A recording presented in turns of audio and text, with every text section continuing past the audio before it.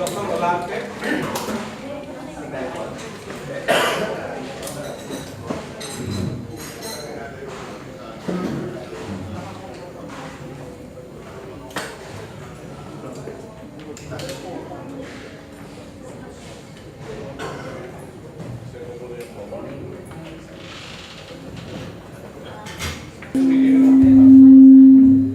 Pakibawasan lang yung volume ng feedback.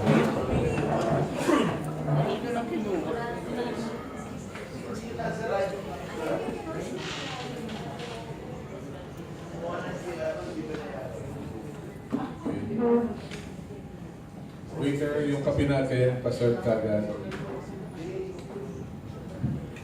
Tawagan po mga kaibigan, tayo po yung nasa isang edisyon na naman ng ating Tapatan sa Aristocrat. Pag-uusapan natin ngayon yung may kinalaman sa kalusugan. Because after all, you can have all the money in the world, pero kung hindi naman maayos ang iyong kalusugan, makikita kayo ni San Pedro o ni Satanas. Depende kung saan kayo naroon. No?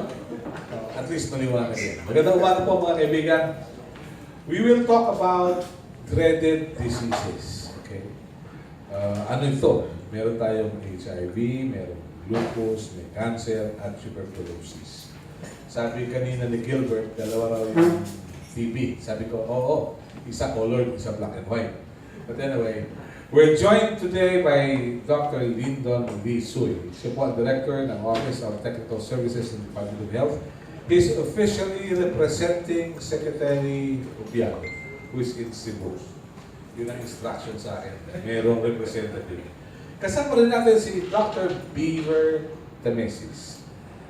Yung po mga may edad ng katulad ko will know yung legacy nitong mama na ito ay yung kanyang tatay, isa sa pinakamagaling na ophthalmologists in the Philippines. At nagpagamot ako noong ako'y 13 anyos. And that was a long, long time ago. So Dr. Beaver Tamesis is the president of the Pharmaceutical and Healthcare Association of the Philippines. We're joined by Mr. Paul Perez, president of Brave Kids, and Dr. Ramon Severino, who's the president of the Philippine Society of Oncologists. Pag sinabing oncologist, cancer ito. Kasama rin natin si Marilyn Manaay Robles. Siya po ang presidente ng Lupus Foundation of the Philippines. At si Bheng Barquia, diagnosed with lupus in 1994. Okay, can you imagine? Kasama rin natin si Dr. Leo Olarte, who is Vice President for the Visayas of the Philippine Hospital Association. So, kita nyo, comprehensive yung mapapag-usapan natin ngayon. Dahil sa from symptoms to facts and figures, hanggang dun sa pagpapaospital, mapapag-usapan natin ngayon. So, let's start. Dr. Lyndon, if we are to talk about HIV, lupus, cancer, and tuberculosis in the Philippines, gaano po kakalat ang mga karamdaman ito sa ating bansa? Well, sa mga nabanggit niyo pong sakit, ilalaman dito talaga meron tayong maayos na numero na nakikita natin yung extent ng problema na dito sa bansa natin. But needless to say na hindi naman namin na-appreciate na meron talaga iba pa problema tulad ng lupus. While we do not have a very good data on this one, but we're starting to really look into kung gaano kalawak ang problema ito nang sa gayon mabigyan din ng karampatang pansin ang problema ito. HIV/AIDS, you read it in the papers currently. While we do not have the most number of cases naman among the Asia-Pacific region, but if there's one thing na medyo kinalulukat natin, ang bansa natin na meron ngayong pinakamabilis naman na pagtaas ng bilang ng kaso ng HIV/AIDS. Pagdating sa tuberculosis, while medicines are free, bago pa tayo pinanganak ng tuberculosis ng problema sa Pilipinas, I guess for the next few years, tuberculosis will remain a problem as well. But then, ngayon, tinututukan namin at nagbibigay naman kami ng mas sensitibong pamamaraan ng pagdadiagnose ng tuberculosis. At sa gayon makita natin yung totoong bilang ng numero ito. Ang cancer po, may programa po tayo sa Department of Health as well na I was talking to some faculties a while ago na talaga nakipag-ugnayan din naman ang aming programa sa society kung anong klaseng tulong ang pwede namin bigay sa gamot, referral system, maayos na surveillance system. Then, nang sa gayon because you wouldn't know the magnitude of the problem unless you know the figures, the numbers. Of course. At ang lupus, isa sa tinututukan namin ngayon, at papunta din po tayo doon. Very well. Mabuti po, may assurance tayo na meron tayong pagtingin sa mga karamdamang ito. Yes po, hindi po ito na parang sinasabi lang natin. In fact, even like, not only among these 4 diseases, you might be surprised that meron kami tinatawag ng mga rare diseases na rin na you may not have heard some of the diseases before, na tinututukan din namin kasi nga sabi nga may sekta tayo sa bansa natin na nangangailangan din ng tulong na ito. Okay, what rare diseases are we talking about? Well, iba yung mga genetic diseases, mga immune disorders, just like lupus as well. Marami tayong ganun. And we're working closely with some institutions like UPNIH as well para matulungan tayo sa pagtingin, pag-diagnose sa mga kasong ito. At dahil lahat na ito, sa ating kasi naniniwala kami sa Department of Health na kung alam natin yung magnitude ng problem, gano'ng kalawak ito at may pamamaraan naman para masupot magawa ng paraan, I don't think the Department of Health would refuse to really do something about this. Very well. Pag sabing healthcare, coming from the outside looking in, Dr. Beaver, anong tingin ninyo, anong kailangan healthcare ng mga taong may ganitong karamdaman? Oh, that's a very difficult question. It's very system-wide, ano? Yeah. You always need, of course, a very good infrastructure like what the Department of Health is doing, knowing, at least identifying the diseases that are currently prevalent. Aside from that, you have to have a system, or a healthcare system that has the right healthcare professionals distributed appropriately where the need exists. And then outside of that, of course, you will need effective, cost-effective therapy. Hindi lang effective, but you need to bring it to the right price so that people can actually afford it or the government can actually pay for it. Kaya maganda itong nangyayari ngayon where there's a lot of universal healthcare consciousness already. We know that winding through Congress is our bills looking at expanding universal healthcare to finally bring true universal healthcare to all those who need it. Kasi no matter how much you discount a drug, if the poorest of the poor cannot even afford 5 pesos a day to buy their meals, what more to buy medicine? So important talaga that the government step up, that we all contribute through our taxes, through our thoughts through how to bring that last mile, to bring patients to the doctor, to the actual medicines. That's how you can fix the healthcare system. So PHAP is very involved in that. We obviously focus on our innovator drugs, new drugs to combat old diseases that are becoming even more prominent, or even the new diseases, the new threats that attack us every so often. But at the same time, we work closely with how to help government and how to partner with government to help bring that last mile to the patient para maramdaman nila yung tulong ng gobyerno, tulong ng bansa so that they can get themselves improved. Once you mentioned last mile, what does this mean? Ito ba yung nasa pre-departure area na? Hindi naman po. Not naman po yung pre-departure area. We'd like to get there before that. Kasi po, it's always difficult to... It's easy enough dito sa bansa natin to get from central, meaning say Manila, to a regional office. Paano naman from the regional office to the rural health unit? And from the rural health unit to the barangay health worker? Yan ang mga iniisip namin how do we get the actual community involved so that they would actually reach out, help themselves, involve themselves in government programs, in the municipal health unit, the local government units. That's the final step na we have to think about because dun oftentimes nakakaproblema. Okay. Medyo critical ito eh. Pero Dr. Olarte, give us a profile of the patients that you have sa mga ospital bago tayo mag-usap ng nakakabayad ba? Profile of the patients in the hospitals. Well, of course, the patients in the hospitals are poor. They may be very poor. They may be rich. They may be very rich. And all kinds of diseases are admitted to hospitals. I mean, all patients with all kinds of diseases are admitted to hospital. Pero gaano kadalas na yung problemado na talaga ang nagpapa-ospital. Yung talagang medyo, sabi nga, last mile na. Aha. Usually, itong mga pasyente na mga mahihirap ang nagpapa-hospital when it's already serious or terminal.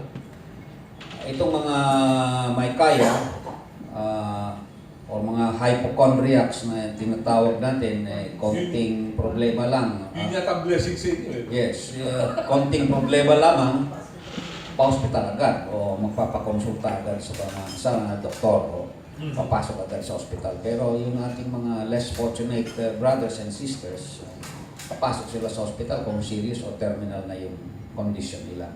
Okay. Napakahirap nitong ganito sitwasyon. Sa kaso po ng mga may cancer, ano po napupunan ninyo, Dr. Mon Severino? Ano pa gusto malaman to breast cancer? Yung the big picture. Yung big picture, bago malaman ng isang tao na may cancer siya. Ay kadalasan po, tama si Dr. Alarpe, nagpupunta sila medyo sa malalang sitwasyon na. Pero siguro kailangan lang malaman natin is that may mga programa in terms of prevention, early detection. In fact, with DOH, this is one thing that we'd like to implement in terms of early detection screening. So siguro ang problema lang mo talaga is that kung kailan nagpupunta yung pasyente at tina-encourage pa talaga natin sila magpatingin at magpa-screen o malaman po early. Katulad po ng breast cancer, kailangan meron tayong tinatawag na breast self-examination, tapos examination din ng mga doktor para makapain kanilang mga dibdib. Ganun din sa prostate. Ganun din, ang talaga din nakikita po natin ngayon ng breast cancer is napakadami pong namamatay. Maybe sa kakulangan po ng awareness na ito'y nakakamatay at kailangan ma-detect early because early detection translates to cure. Ganun din ang prostate. Pero tingnan po natin ang karamihan po. Sa Pilipinas, siguro makita natin mga 20 o 100,000 may breast na da-diagnose. Siguro sa prostate po, mga 17 out of 100,000. At ang namamatay po sa mga may breast, lung cancer naman, maybe smoking related to, sir. 40 out of 100,000 pwede mamatay. So, marami pong namamatay. May paano po kaibang mga cancer na pwede natin mag-prevent? I think in place, banggit ng ating ginoong from DOH, that there are cancers you can prevent by vaccine. Hepatitis, that causes liver cancer. You can prevent by immunization. Okay. And now, cervical cancer can be prevented by immunization. So, siguro kailangan lang, really kailangan po natin makarating ito doon sa tinatawag na grassroots na kailangan mabakunahan. I believe ang target ng DOH only about 70% coverage for immunization for these particular diseases. Sabi ko sa DOH nung aming consultative meeting, gawin natin 100. Paano kung 10 pasyente mo, potentially itong mga kababaihan nito or itong mga taong ito, let's say, mape-prevent mo yung by immunization, paano na yung tatlo na 70% na target mo? Dito sa atin, ilan? Sa table natin. May hepatitis tayo, pwede magkaroon ng cancer kaming dalawa. At pwede kaming mamatay from cancer of the liver. Now, ang programa dapat in place as to prevention, lalo sa smoking, smoke-related, napakarami. Yung advocacy talaga natin kung pwede natin maalis yung smoking. Dahil marami ang mawawalan ng lung cancer because we prevented smoking. Now, plus meron pa sir, yung cancer sa pantog, kababaihan tumataas dahil sa smoking. Pantog, related po yan. Anong pantog? Yan. Urinary bladder. Ang dami ngayon nagkakaroon ng cancer because of smoking. Smoking? Yeah. Wow. Smoking related po yan. When we appreciate the government's campaign against smoking, it seems the government is inutile as far as smoke belchers are concerned. That's a difference, sir. Yung sinasabi natin, cigarette smoking sinasabi Yeah, ko. precisely. But there's also pollution that influences such conditions. No? Ito, aggravates in fact, kaya rin siguro mataas ang lung cancer natin sa Pilipinas dahil sa pollution. So, hindi ko naman sinasabing inutil ng DOH. Sinasabi ko lang, No, we're not saying that. best. We're not saying DOH is inutile. Hindi po. It's the government. It's the Machinery. Oo. Ngayon nga, kaya nga siguro, like, maybe Paul could. That's why, Ano common namin ni Paul? We are both part of a cancer coalition Yeah. that would like to put in place an integrated cancer act. Hindi to plugging this is already in Congress. At in-endorse ito ni Ejercito, a Senator, Honorable Senator Ejercito, sa Congress din. Robles, Tan, in-endorse itong cancer bill na ito. Bakit? Gusto namin yung sinasabi na problema ni Dr. Olarte tungkol sa mga pasyente, walang pera, pumunta na lang malala. Kasi alam nila, pag nagpunta ako sa private, hindi ako maasikaso dyan. Wala akong pera. Pero pag pumunta ka sa government hospital, yun ang gusto namin mangyari. Na you will be taken care of by a group of experts, interdisciplinary, multidisciplinary doctors who will take care of cancer. In place already, alam niyo sir ito, a Cancer Institute, a Center for Excellence for all DOH hospitals. Sinimulan na to sir, nag-build up na ng bawat regional. That is the good news. So, kailangan suportahan natin ito. Maybe Paul could elaborate further on Yeah, why not? Paul, can you... Pero let me just ask you before we go to our good friend Paul. You're pediatric oncologist. Pediatric hematology. Gaano karaming mga pedya ang nagkakaroon ng cancer? Ang number one, marami po, let's say if you look at the population, sabihin natin mga 3% lang or less than 10%. Pero ang malungkot yan kasi, nangyari kasi sa mga bata, parang second class citizen lang kami. Pero ngayon iba na. Iba na. Gusto namin ang mga prayer. Because they are the future. Itong mga batang itong gagaling. Marami na pong gumagaling. Siguro we can cure about 80 to 90% of more especially leukemia. Number one to. Marami po. Ang nalulungkot lang kami kasi dahil sa kahirapan, hindi sila napupunta sa ospital na pwede silang ma-render ang care and treatment for his children. Okay. At ito lang po, isa pa rin. Siyempre, minsan nangyari, kung between ang isang tatay magkasakit, breadwinner, malungkot yun.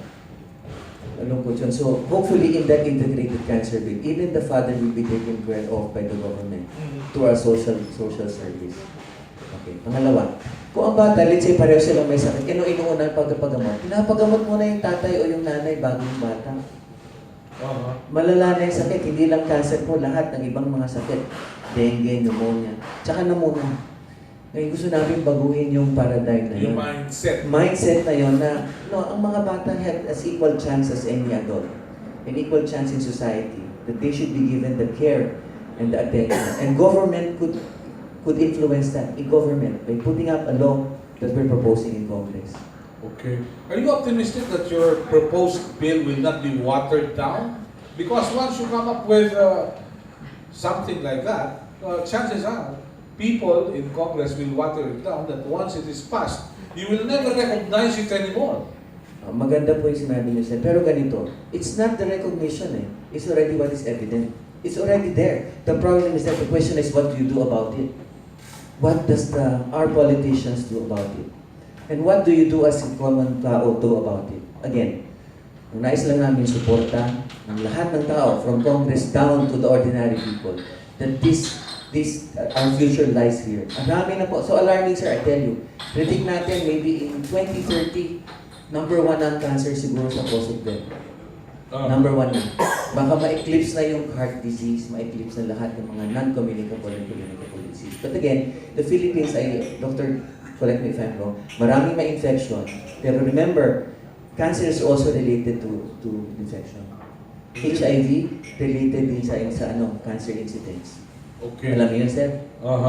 The HIV we're talking is human immunodeficiency. Related. Marami po may It's cancer not ng hair is HIV. vanishing. It's not hair is Hindi po. Okay. So siguro ang nais ko lang is that, really this is a very disastrous thing if this happens. If we do not foresee what will happen in the future, and the only way probably we can combat what's going to happen in terms of cancer incidence and cure and outcome is supporting this bill. Okay. Dahil i-cover ito lahat ng may hirap. Walang pupunta sa private, sa government na lang. Nandyan ang magagaling.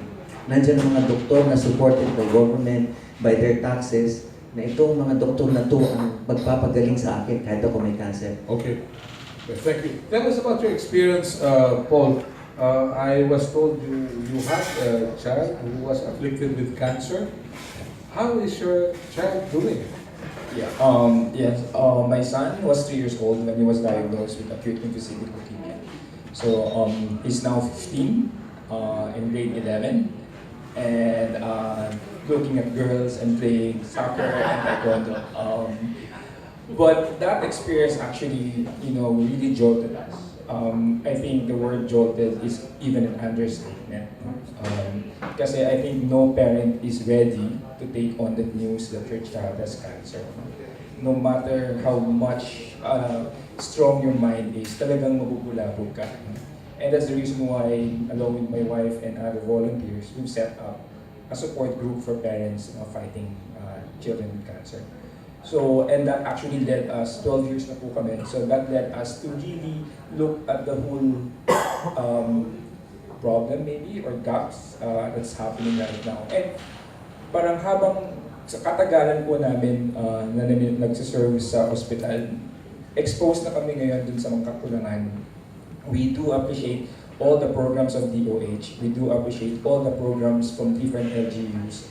But to look at it from a national scale, medyo kailangan ng tulong.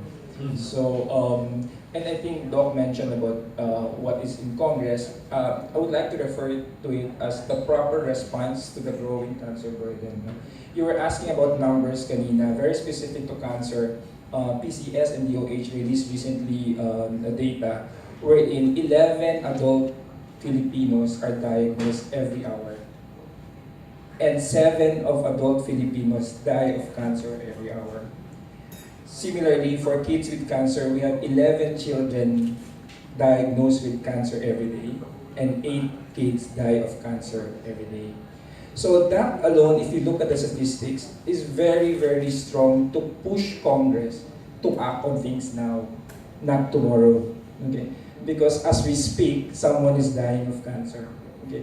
And to your point, is it watered down? We would say to Congress that the current bill being put across is a perfect response primarily because it looks at the case from early detection to diagnosis, to proper treatment, to palliative care, and even survivorship. So before, there are a number of initiatives that just look at one point of the cancer care. What we're pushing across is we need to stop, look at the whole continuum, because that's the only way you can actually address and face the problem head on. Okay, thank you. And that's for cancer. All right. Okay. We'd like to acknowledge a good friend, Bert Swansing, is also with us today. Welcome, Bert. Welcome home to Tapatan sa Aristocrat. Now, they say that lupus is a rare disease, a rare condition. We'd like to find out. There was this tape, usap pa yung mga tape, pinamigay ng isang drug company. Yung mga kwento ng mga doktor at ng mga pasyente. Sabi ng doktor, you know, I have good news and bad news for you. The good news is, well, yung disease 1 in 1 million. Nagkataon ikaw yung 1 dun sa 1 million. Yun ang bad news. I don't know. We have with us Marilyn Manaay Robles. Isang kasama sa media, sa Lumura.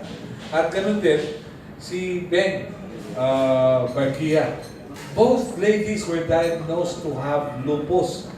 Tell us about lupus. Marami tayong nandito sa room, mga millennials. So it is not safe for me to assume that you are aware of lupus. Most of the time, yung grupo na to, medyo, hindi naman tayo magkaedad, no? But I'm a little bit older than you, gentlemen. It's just that, ngayon, marami ang nakakaisip na ang lupus, just because you know that lupus was the cause of President Marcos' death, you will think, ang lupus, kinamatay ni Marcos yan. Yet I ask you, what do you know really of lupus? Therefore, ang assumption, you are aware of the existence of disease, but you do not understand what the disease is about. I was diagnosed in 1995. Si Bheng was diagnosed in 1994. That makes senior. Senior yan siya. And yet, when you look at us, mukha naman siya walang sakit. gentlemen and ladies, I do not go around showing people that I am sick. Dahil kahit na nakita niyo naman akong may sakit, wala naman kayong magagawa doon. So it's useless. Ganun ang attitude ng lupus patient. Now, I'll talk about lupus and try to explain it, and please remember how simple I will break down the concept of lupus. Lupus is a chronic disease. Anong ibig sabihin ng chronic? Matagal, pabalik-balik. It is a multi-system condition. Ibig sabihin, kahit na anong organ mo pwedeng tamaan, one at a time or several at one given time. It's an autoimmune condition. Hindi ko kailangan ang ibang tao para patayin ako. I will create antibodies that will attack good cells, and one day, pag yan ay nag-coup, of which I am very familiar with, magkakagulo at pwedeng ikamatay ko. So, lupus is a chronic, multi-system, autoimmune, connective tissue condition. It's a disorder. Ano yung connective tissue? Para magkaroon tayo ng daliri, mayroong mga proteins na mag-put together ng sarili itong daliri. The doctors here would be in a better position to discuss what connective tissue is. It's just that I'm making it very simple para maintindihan nyo bakit ang pasyente kailangan pumunta siya isang connective tissue specialist. Because a rheumatologist is a connective tissue disease specialist. Importante yan. Now, lupus is a chronic, multi-system, autoimmune connective tissue disorder that presents itself in a constellation of symptoms. Ibig sabihin, akala mo, meron kang sakit sa puso, hindi sakit sa puso ang sakit mo. It is, after several years, mag-i-evolve yan na maging lupus. So, lupus is usually addressed as a great mimic. Nagkagaya. Gaya-gaya. That is why, yung mga lupus patients, nagdo-doctor shopping. Minsan, 5 taon bago ka ma-diagnose properly. Minsan, sa kakahanap mo ng dapat makadiagnose sa'yo, nagpupunta ka ng albularyo. And this is not something uncommon. Maraming kaming kasamahan, tawanan nga kami eh. Kasi binibindisyonan ka pa eh. Because ang lupus, pag nabindisyonan ka ng konti, after several days, parang gumagaling ka. And then you think, I'm better. Therefore, I should go back to the albularyo. Until, at saka yung mga bagong sistema ba na, may mga herbal? Yeah, we'll talk about it later. Ang pasyente, akala mo gagaling. O, edi, herbal naman. So, ang lupus, very deceiving. But I'll tell you, if at all, the best description of lupus is a very cruel disease. Because all of you look at me and think that I am well. See, Bheng, you look at her, you think that she's well. Heaven only knows kung mamayang hapon, bigla na lang ako mag-chill. Like what happened recently. Yung bang you go down your knees and then you say, wag naman masyado masakit at baka hindi ko na makaya. That is what lupus is all about. Okay. Ben, ano yung karanasan mo? How did you know na meron kang lupus? For 23 years po. Pakilapit lang po sa ikaw. Nagkaroon ako ng swelling ankles, nagkaroon ng back pains. Hindi ko pa alam na lupus yun. So, nagkaroon ako ng redness dito sa aking nose banda. Pumunta ako sa ENT. So, pinignan na ENT ilong ko. Wala namang diferensya. Sabi sa akin, pumunta ako ng derma. So, sa derma, nalaman na pinabiopsy ako, ALA, nakita nga ng lupus. Kasi nagkaroon akong butterfly rashes. So, discoid lupus muna ako. So, pero pag nag-discoid lupus ka, diretso ka sa systemic lupus. So, pagdating ko sa systemic, nandun na yung aking mga alopecia. Nagkaroon akong hair loss. Hair loss. Hair loss, talaga. Hair loss po. Dito, alopecia. Dito. Pok na parang. Pero hindi hindi buo ha. Putak-putak gano'n. Namumula siya, namumula. Oh, discoid lupus po dati kasi. Tapos, fatigue. Extreme fatigue. Talaga para akong natutulong na pandila. Parang hindi, yung pakiramdam nyo, sabi ko, kaya ako magiging ito. Yung pakiramdam nyo, nakatanong kayo. Dati nagbabalibol ako, badminton ako. Pero nung nag-college na ako, hindi ko na matamaan yung bola. Yung shuttlecock, hindi na kaya. Hindi ko na kaya. Pero galing-galing ko dati. Yung volleyball, hindi ko matamaan yung sa mga ano ko. Yung pala, na-experience ko pumunta ng UAE. Dapat doon ako magpatrabaho. Doon ako na-trigger sa pagsakay ko ng airplane. Yung tenga ko, nagkaroon ng yung talagang matindi, nahilo ako. Doon na-trigger yung aking mata, naduling. So, binalik ako dito sa Pilipinas. Lalo akong naduling. 3 months akong duling. Tinatakpan na yung mata ko. Tapos, ngayon, bumalik na yung paningin ko, pero dulig pa rin ako sa kabilang mata. Okay. Kabilang ganun. Mahirap ang paningin ko para akong hilo. Okay. Hilo-hilo. Ben, matanong kita at si Marilyn. Nung ma-diagnose kayo, how did you cope with it? Ayokong maging negative. Gusto ko lagi akong positive. Ayoko ng stress. Hindi ko kaya yung dati nag-operator ako sa taxi para meron akong pang-expense sa mga gamot ko. Ang gamot ko Hindi kayo inabot ng Uber, ano? Hindi.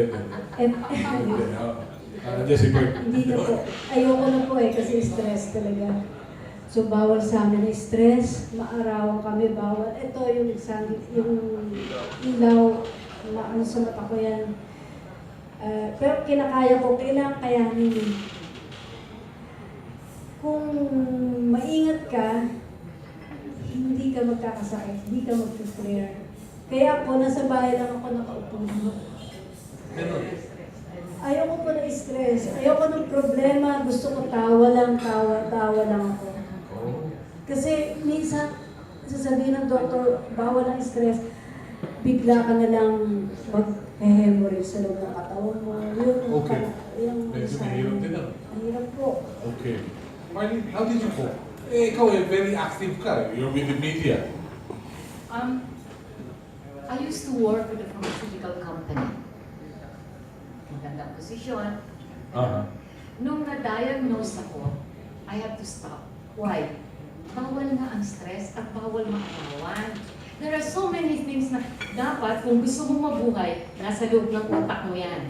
So I left that job and I joined an investment house, a Japanese investment house, Nomura, and then I started to write again. So, hindi stressful, naging political analyst ako. And that was when, at saka I was very lucky, yung boss ko, mabait. Pag medyo may sumpong ako, and by the way, ang lupus patient, madalas ang mood swings niyan. That is why I said this is a very cruel disease.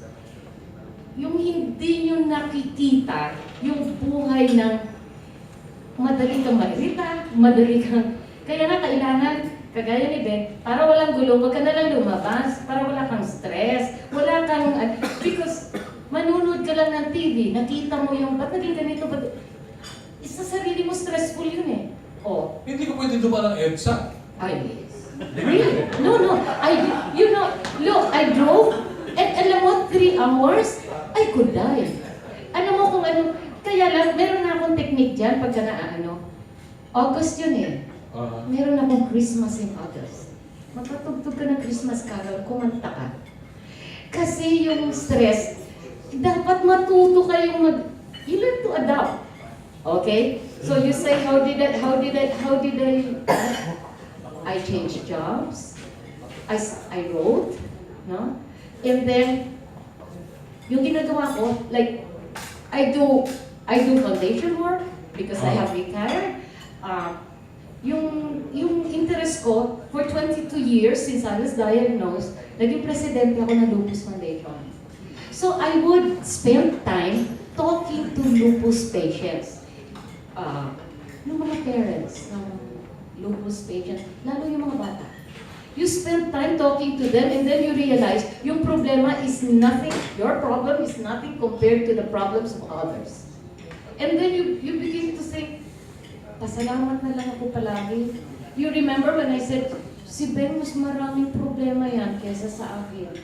I always say that. Yung, look at them, they survive. Mahal ang gamot. The first thing that they said when I was diagnosed with lupus, mayaman ka na, Marilyn. Kasi mahal ang gamot. 22 years ago, I was spending 10,000 pesos a month for medication. Wala pa kasing generics noon. Okay. Very well. Pero tama yun. Mahirap yun. Hindi ganun kadali yan. Yes, difficult. It's a very difficult disease to live with. Mahirap. Mahirap na mahirap. But we survive. It's a question of pananaw mo sa mundo. If you look at life in a different way, I could choose. I could choose to be miserable. Yeah. But what I do is, hindi ganun ang buhay eh. My time is not up. Hindi pa ako tinatawag ng Diyos. Could you imagine, my time is not up and I make myself miserable? Yes. Yeah. Oh, hindi pwede yun. Hindi pwede. Hindi pwede yun, mahirap. So, what do? You just live. Okay. Diba? Ang sabi nga ni Ben, basta tawa lang kami. Relax lang. Yeah. Yes, Doc. Thank you for sharing. Masungit po kayo? I'm just putting it mildly. Medyo masungit. Suplada, you say, Suplada. Okay. Okay. But ang misis ko, wala namang lupus, ganon. Right. I like that. Okay. Yung kaibigan kong si Pat Santos, naka-recover. You can identify yourself, right? Anyway, paano kayo nag-cope nung malaman nyo na may cancer yung anak nyo? How did you do it? The moment, first and foremost, I would like to say thank you for my doctor kasi yung disclosure niya sa amin in the span of 3 days. Hindi niya kami binigla. Parang niya sinasabi, alisin muna, i-discount muna natin itong klaseng sickness and all. But you would think, because nga, bakit niya tinatanong yun? Bakit papunta doon? So dahan-dahan dumating sa amin yung balita. And that to a very large extent helped us prepare for the big news. No? So the moment nalaman namin, wala kang panahon na magtanong o magalit. Kailangan mo lang umandar ka agad kasi buhay ng anak mo yung nakataya. Acute, ang ALL is, the first word of that is acute. So it can actually move fast. No? So we need to really work on it right away with our doctor. So kami, at the time may internet na kahit pa paano, nag-research talaga kami. So the question was like, alternative medication ba? Chemo ba? So maraming biglang katanungan. And we need to have really good support system from family, friends, and all that. Para informed choice yung i-decide mo. So kami, pag-decide tayo mag-asawa, we'll go for evidence-based. Kasi the treatment actually, marami ng proof points na kung saan gagaling yung bata. And then, it's a very strong collaboration with your doctor. Kasi kailangan ka makinig sa kanya at kailangan din nilang intindihin ka. Okay? Because like for example, sinabi niya sa amin na half of the fight against cancer is done if you have a very positive outlook. So, yun ang ginawa namin sa anak namin. My mom said, binrainwash namin yung anak namin. Siguro nga, binrainwash namin to really stay strong and fight. We had to talk to him like an adult. Take note, he was just 3 years old then. And we had to talk to him like an adult and lay it all out to him. What's gonna happen? That he has to visit hospitals more often than going to school. He has to lie down in hospital bed more than his own bed. And he has to go through painful procedures. No? Pag leukemic ka kasi, meron tinatawag na intrathecal na kung saan they will get, it's a spinal tap, no? So, through your spine, kung masakit yun.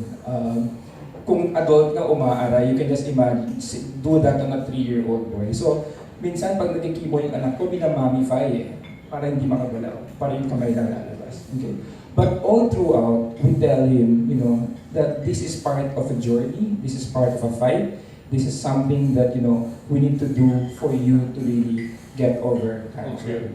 And then family support, no? It's critical for you to be transparent. Kung kailangan mo umiyak, umiyak ka. Kung kailangan mong magdasal at maglumuhod sa lahat ng mga santo, if that's how you express your faith, do it, no? Every single thing, and I don't want to prescribe any way on doing things, kasi personal naman yun eh. But dumadaan ang magulang ng ganun. And then, huwag kang mahiyang umutang. Kasi umabot kaming ganun. Wala na akong perang pamasahe. I was about to ask you dahil... Kasi mahal. I mean, across all, no? Ilan yung anak nyo? 8 po. Walo. Okay? Sa pangalawa po yung may nagkasakit. So, I mean, you need to create a certain network among friends, among family, na mauutangan mo. Kasi may mga biglaang pangangailangan. Biglang kailangan ka ma-emergency ma-admit. Ubus na yung field health benefits mo.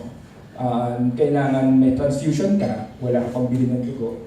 So yung mga ganun mga bagay-bagay, and we are blessed that somehow my office workers, my family, my friends, my relatives have pitched in. Okay. At marami mga tumulong na hindi namin kilala. Okay, so ganun yung nangyari sa amin. Dumarating kasi yung pagkakataon na yung utang mo, full mo na no? Yung unang 3 yun ang babayaran mo. Pag nagalit yung pinagkakautangan mo, hindi nakasama sa raffle. Right? Okay. So, paano yun? Sa ganong mga instances, binanggit ni Doctor kanina yung cancer divisions or hospitals across the country? Well, natutuwa naman ako nabanggit ni Sir Mon, Dr. Mon a while ago. Gusto ko lang kasi yung stupid. Okay lang. Figure of speech yan. Na talaga hindi naman DOH yan. At in-appreciate naman nila the Department of Health is doing a lot of effort now. Slowly. Totoo naman yan. Let's lay down our cards. Hindi naman siya tipo, ayusin natin yan, kinabukasan nakatayo na yan. Maraming prosesong dadaanan yan. You may have built something there, a facility there. What's next? Yung taong magpapatakbo nun. The experts. You need to look for them. And other than the experts, binabanggit ni Dr. kanina, like government facility, you need to haggle as well. Magkano ba kikitain itong practitioner na ito sa private practice niya versus sa government? I mean, it takes a lot of sense of commitment din na kailangan din natin yun. Yung binanggit mo rin kanina na it has to roll down to the community level. Marami itong dadaanan. Pero what's good here is that we already have started our first step. Very good. Meron kami identified facility. It may not be province, but rather at least per region, we will be able to identify a facility kung saan pwedeng i-refer itong mga kaso ito. And with that as well, kasunod naman na siyempre, with that bill, hopefully, makasama dyan yung pagbabudget din sa Department of Health because we're providing as well a certain amount of medicine as well to some patients. We cannot provide for all. I mean, yun ang realidad. Hindi lang lupus ang sakit ng mga Pilipino, hindi lang cancer ang sakit ng Pilipino. Marami tayong dapat tutukan ng mga sakit din that are equally important for us. Okay. Would you care to identify kung saan naka-program ito mga hospital nito kung sakali? I know you're well versed. Pag puso ba yan, sa pupunta yan? Well, heart center sa puso, of course. Pero aside from heart Pero center, hindi ibig sabihin na limitado lang sa heart center. Tandaan natin mga experts natin ay nakakalat na rin. We have cardiologists. I'm just talking about the government facilities. of course. And DOH government facilities. Kasi Yes. meron din LGU na facilities. So, punta ka sa isa lalo sa mga training hospitals. Meron mga cardiologists or internists dyan that will be able to handle these cases. Yung mga pediatric cancer, you have PCMC in Manila, you have quite a number of hema-onco here na pwedeng tumutok sa kaso ng mga leukemia, NCH also. Not only due to specialty hospital na pambata, even medical centers. Like kami, yung katabi namin, ang Jose Reyes, may cancer institute na rin sila.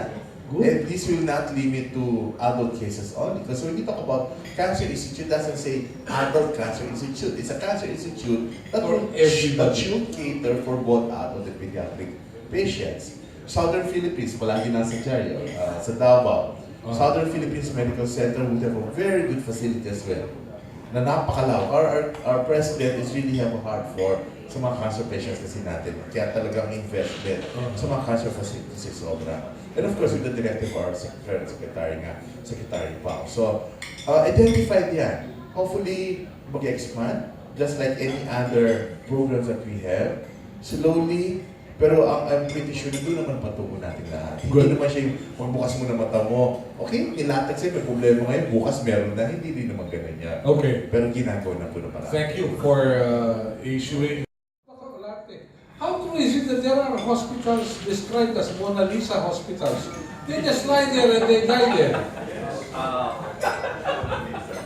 Usually, without any offense to my friend here, Dr. Lisa, yung Mona Lisa song,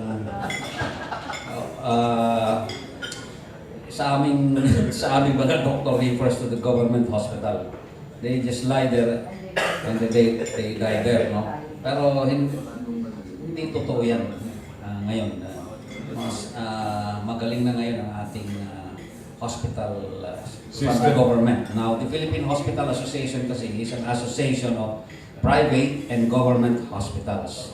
Now, there is a recent law, Republic Act 10932, which is the anti-hospital deposit law that has just been signed by President Duterte last August 3.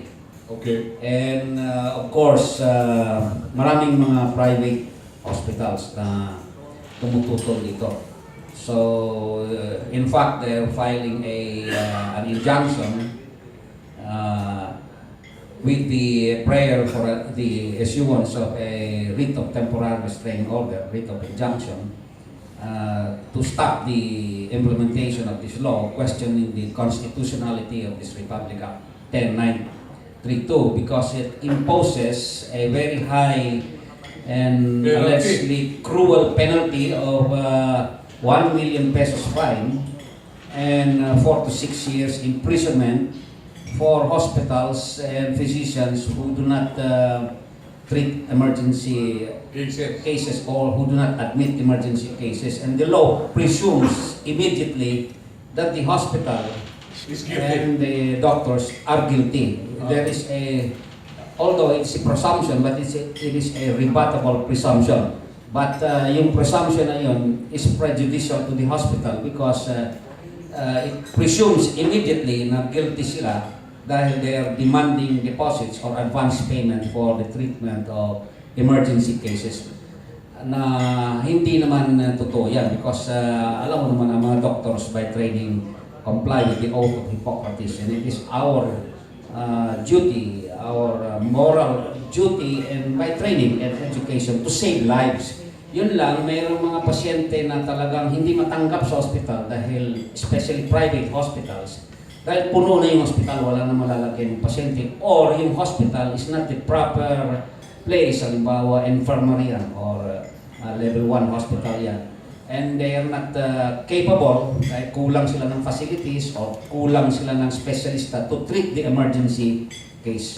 And imagine, halimbawa, this is a trauma case, no, wherein there is a trimodal, tinatawag na trimodal distribution for injuries, wherein there are classifications of injuries received by the patient that must be promptly and effectively treated. Halimbawa, yung... Doctor, you're referring to car crashes, no? Yes, Mga motorsiklo na alam ni Birds once. yes, mga vehicular accidents. No? Now, ang trimodal distribution classification is number 1, seconds to minutes. Effective prompt treatment must be given to the patient within seconds and to minutes. Number 2 classification is from minutes to hours. Number 3 is from hours to days. So, halimbawa, yung injury na yan is classified under number 1, seconds to minutes.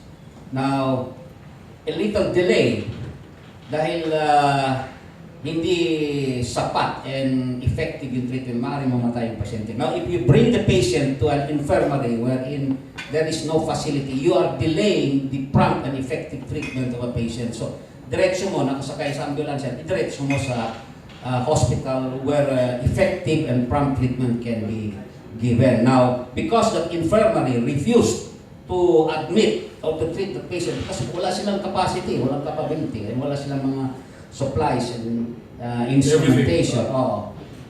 They are presumed to be guilty immediately and a fine of 1 million pesos and 4 to 6 years imprisonment is imposed, which to our minds is very cruel and excessive and unjust. So we are, the Private Hospital Association of the Philippines is filing an injunction, writ of injunction sa Korte Suprema. Okay. When will you do it? I think this week they are already, they have presented already news notices that they are going to file the remedy in the Supreme Court. Okay. Yes, doctor, please. I just wanted to add something, Sir Melo, regarding yung slide there, dive there eventually. Okay. Siguro, ang isa pang dapat tignan dito is while we get to do our responsibility here, the community will have its equal responsibility or shared responsibility also. Like, we want to be able to know the cases unless they can come out and seek consult. Kasi minsan, tulad na nabanggit din kanina, nagpapatingin kung kailan malala pa na minsan, aminin natin, dadasalan talaga mag-exert ng lahat ng effort. Pero alam naman natin yung mga doctors na pagpasok sa hospital kung anong estado. Kung baga sa basketball, last 2 minutes. Exactly. So, sana magawa ng paraan ito dahil nagagawa naman ng paraan yung halos lahat naman ng sakit. Depende rin kung kailan din nagpapatingin. Napaka-importante no? Kung kailan magpapatingin at kung saan magpapatingin. So it boils down to advocacy, educating the people in public. Okay. Let me ask our good friend, si Dr. Beaver. Sa Pharmaceutical and Healthcare Association of the Philippines, ano ba yung napupunan yung talagang ginamamatay ng Pilipino? Maganda ito eh. Dahil sa, you're talking of healthcare, talking of ano mga gamot ang kailangan. So makikita natin siguro kung may datos kayong maibabahagi sa amin. Ano ba yung mga top grosser? Bukod sa tukhang, ha? Bukod sa tukhang.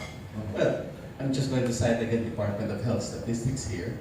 Basically, your top 2 killers is really cardiovascular and atherosclerosis. But oncology is number 3 already. Cancer death is number 3. So your top 2 killers are still related to blood pressure or heart disease, but cancers are a very important disease. So from the Pharmaceutical Innovator Group, syempre titingnan namin where can we help or where is the unmet medical need. And the biggest one that we see right now is really cancers. In the unmet medical need, I think we all agree cancers are very complex, they're very varied responses. Every tumor, you have to identify the kind of mutation na nangyayari, pagbabago. Because right now, we're actually entering the world of personalized therapy, where you can, if you can identify the specific types of mutations, potentially you can actually cure the patient. I mean, like, recent patient of mine, the mother of one of my classmates, came to me with recurrent breast tumor after 30 years after her first mastectomy. And she was 8 years old. She's 80 plus years old, and she said, "Look, what do we want to achieve?"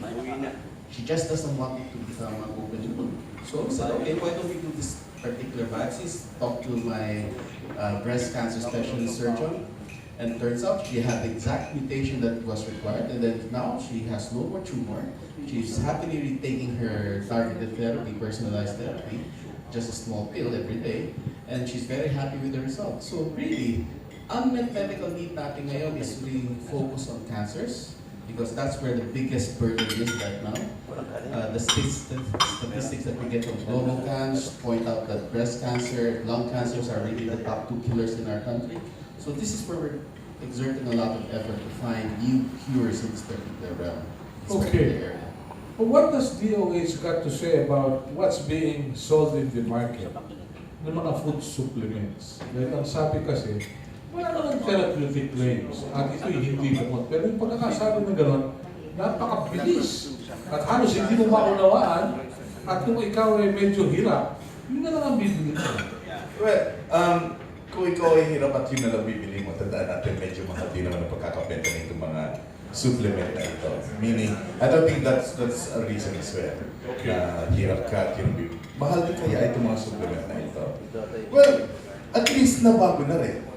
Dala ng unang panahon, wala naman sinasabing ang gamot na ito hindi nakakagamot at ano, blah blah blah. So ngayon, dinagdag na iyon, while I admit medyo fast forward ang pagkakasabi ng rito, hindi niya ito. Pero ang importante lang is, nasasabi ng alam ng mga tao na supplement ito. Pag sinabing supplement, hindi siya yung gamot. Dagdag lamang ito sa mga gusto. Maaring makatulong, pero taking this or not taking this will not really make that much difference sa tao. Yeah. Yes, Doc Beaver. In fact, there's a very recent publication that just hit the news talking about the ratio or the risk of dying if you choose supplements. It's like 5 times the risk of dying if you choose standard care. So, kumbaga, I think alternative therapies, I'm sorry, they just don't work.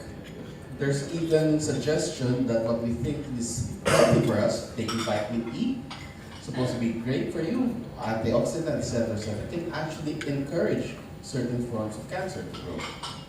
So we have to be very careful about these supplements, and we have to warn the public that you have to take this under advice. I mean, like, you be very careful about whatever you take because they're not necessarily healthy. Okay, very well. From a cancer specialist. You're asking what caused death of the Filipino population. I think it's ignorance. And of course, the poverty that we're having now. Because they will not go to, if they're not well informed, they will not go to your albularyo's or alternative medicine. They have to be well informed in terms of the treatment options for them. Poverty, because they tend to just settle for a cheaper one, but not even as cheap as we mentioned. Hindi murang alternative, hindi siya mura. I'm talking about supplementation, etc. So, well, just to quote something from the bill, that we, in fact, under Section 3, misinformation for cancer. False and misleading advertising and claims in any of the multimedia and or promotional marketing drugs, devices, agents, or procedures without prior approval by the FDA without the requisite medical scientific basis purporting to be a cure for cancer or a fail-safe prophylaxis against cancer shall be prohibited. That is why the beauty of this law encompasses even the treatment as far as the choices. And there are penalties. Okay. Yeah, now, what is also unfortunate that we do get budget from the DOH in terms of the choice of drugs that can be used. But basically, we're not using innovative drugs. And with the bill, innovative drugs has to be on maybe for treatment or even for research. And that will improve the interest of people to be treated. And we're not just give up on patients who are stage 4. Remember, the affiliate coverage only covers about part of stage 3. And never the benefit of giving newer drugs that works for stage 4 with the bill that answers that question. And the government will have to help us procure these drugs that can be used even for stage 4 patients. PhilHealth has to expand its coverage. DOH has to buy these drugs. And fortunately, there are already newer drugs coming in. Herceptin is already in the list of drugs that are being used for patients, even with stage 4 disease. And we're so happy about this because now we're learning. And the people are more, I think, I would like to believe that they're well informed now. But still sa marami pa rin mga tao na naniniwala doon sa supplementation, etc. But again, with caution. And with expanding the coverage as far as more specialists are involved in the care, the patients are well informed, so they will have their treatment and be treated well and be cured. Okay. Doc, yes please. Meron din ako tatanong sa'yo. Please. Not that we wanted to kill on this industry naman, makapagluto sa ating pagpaparilin na tayo. Kung industriyang ito. I mean, that would be totally unfair sa anything naman nila. Okay. Siguro, what we always advise the public is that if you wanted to take supplementary, it's okay, provided that you get to see your regular doctor pa rin. And you ask the doctor, is it okay if I take this blood, like this concoction, itong preparation ito, is it okay if I take this one? Ikaw naman mag-decide if you wanted to take it there. Pero ang importante, magpatingin ka pati doon sa regular doctor mo.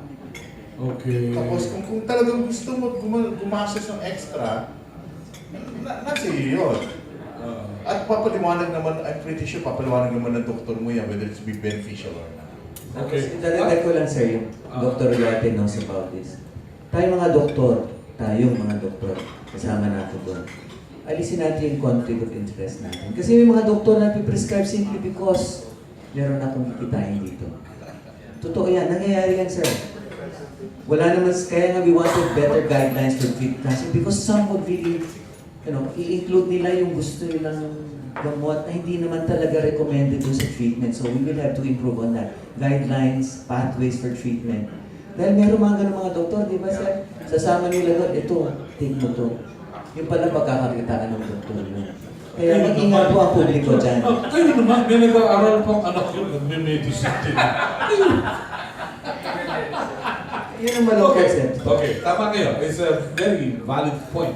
Pero what about personalities endorsing these supplements? As doctors coming from the government, how do you look at it? Well, yung mga personalities endorsing this, siyempre, nasa pag-uusap naman yun ng kumpanya at ng personality i-hire nila. Sabi nga natin, may limitasyon din ang kaya natin sa public sa batas natin. Okay. But then definitely FDA will have its guidelines as well on what is allowed and what is not allowed as far as advertising is concerned. Okay. But then, ang importante pa rin doon, pumapasok sila kung ano dapat yung nasa batas at sinasabi pa rin naman talaga nila doon na hindi siya gamot na or isang bagay na maaari kang makagamot ng mga kaso. Okay. Paul, reaction. Before we open the floor to our colleagues from the legal. Kasi sa amin, yung sa amin kasi ganun nangyari, the moment sinabi ng doktor na yung magkikimo, tinignan pa rin namin yung alternative. But again, to the whole point that you need to really work hand in hand with your doctor, then inform yung choice mo pagkatapos. I think ang problema natin ngayon dun sa ginagawa ng alternative is iba yung kategorya nila. Food supplement kasi yung kategorya nila. So yung regulation nun, hirap. Kasi hindi naman nila sinasabing medisina sila eh. So whatever policies or guidelines, hindi na-a-apply sa kanila kasi nakatakas sila. Kasi binansagan silang food supplement. So I think yun yung number one gap na nangyari.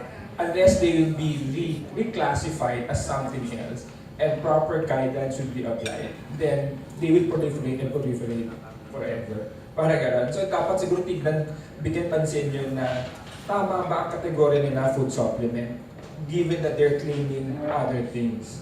So yun siguro yung tingnan natin. Yeah, Marilyn? Kasi ako, I've always been an advocate of education. Mag-usap ng maraming tao. Kung ang pasyente mismo hindi nakakaintindi kung anong sakit niya, the parents, of course, for young children, kahit na ano ang ibibigay mo niyan, it could be placebo. And they will still believe. Kasi hindi naman nila naintindihan kung ano yung sakit eh. So, doctor, you said kanina, community-based. Ako, advocate talaga ako na first you explain it to the patient. And then the patient, because he knows what his condition is, should be able to discuss this with people around him. Pagka na marami ng tao nakakaintindi kung ano yung sakit, mas maa-appreciate pagka sinabi mo na ito yung gamot, ito yung dapat mong gawin. Then, it becomes less of a problem. Kahit na ituro mo yan sa doktor, yung doktor hanggang isang pasyente lang yan. Ganyan. But if you do not Yung bang support group, kaya kami, yung support group namin is education-based. Kailangan i-explica mo. That is why, pagka nagsasalita ako, palagi kong sinasabi, ito ang lupus. Intindihin niyo para pagka later on, masasabi niyo to the next fellow, ganito yun. Hindi porke sumakit ang ulo mo, baliwala yan. Na you go to the doctor will do this, will do that. May sakit na yung pasyente. Sabi maganda daw yung supplement. Wala ka na ng pambili ng prednison. What is prednison? That's less than 2 pesos per tablet. 5 mg. That is a very basic gamot namin. Pagka hindi mo nabili yun, sige, manghihina ka dyan. And yet, they're willing to buy as food supplement na hindi mo naintindihan, mahal yun. Eh kaso, yung nag-advertise, sabi Magaling yun eh. magaling. No. At saka maganda yung nag-advertise eh. Artista. Yung nag-advertise. So what do? You follow. Why do you follow? Because you believe. That means na yung nag-i-endorse, mas malakas ang credibility kaysa sa doktor mo. Hindi mo pwede. Which is not, those are facts of life, ha? Akala mo, pag nakita niya, maganda yung nag-ano, tama yun, gagaling ako. That is why our doctors, personal yung doctor ko, okay, pag food supplement ka, bilhin mo itong gamot ko na sinasabi. Ngayon, kung may sobra kang pera, sige, bilhin mo lahat ng food supplement. Hindi na nga kami makabili ng gamot namin, bibili pa kami ng food supplement. Okay. So, that is my point. You educate the people who matter. Alright, very well. Doc, let me ask you, very valid question. How many hospitals are in the red today? Ilan bang hospital ang nalulugi ngayon? In the red. Ilan din ang mga hindi makakolekta sa mga pasyente pumirma ng promissory note? Sa private hospitals, maraming mga pasyente na nagbabayad sa promissory notes sa mga hospital. And usually, itong mga promissory notes are mere scrap of papers. Kasi hindi naman talaga nakokolekta yung mga promissory note na ito. Halimbawa, mag-i-execute yung pasyente ng promissory note worth 15,000 or 20,000. Hindi na makokoleksyonan ng hospital yan. Dahil kung papayal mo pa sa korte yan, mag-hire ka ng abogado, yung filing fees pa, yung iba-ibang fees. So, yung 20,000 na i-collection mo, wala na yan. And hindi lang isa yan. Maraming promissory notes na binibigay. So, actually, nalulugi ang mga hospital. Maraming hospital on the red. Yung mga pinangakuan ng PCSO na babayaran? Well, yes, ang PCSO nagbabayad. Ang problema itong PhilHealth. Dahil... sayang, hindi nakarating yung taga-PhilHealth niyo. Mabagal sila, always late magbayad. At kadalasan, hindi sila nagbabayad. Yung bakit? Marami silang ginagawang reason para hindi sila makabayad. No? Halimbawa, yung pag-file ng PhilHealth claim, sabihin nila mali yung information doon, may typographical error, clerical error, or sabihin nila fraudulent claims or breach of the warranties of accreditation. Maraming mga reason, mga alibay para hindi makabayad.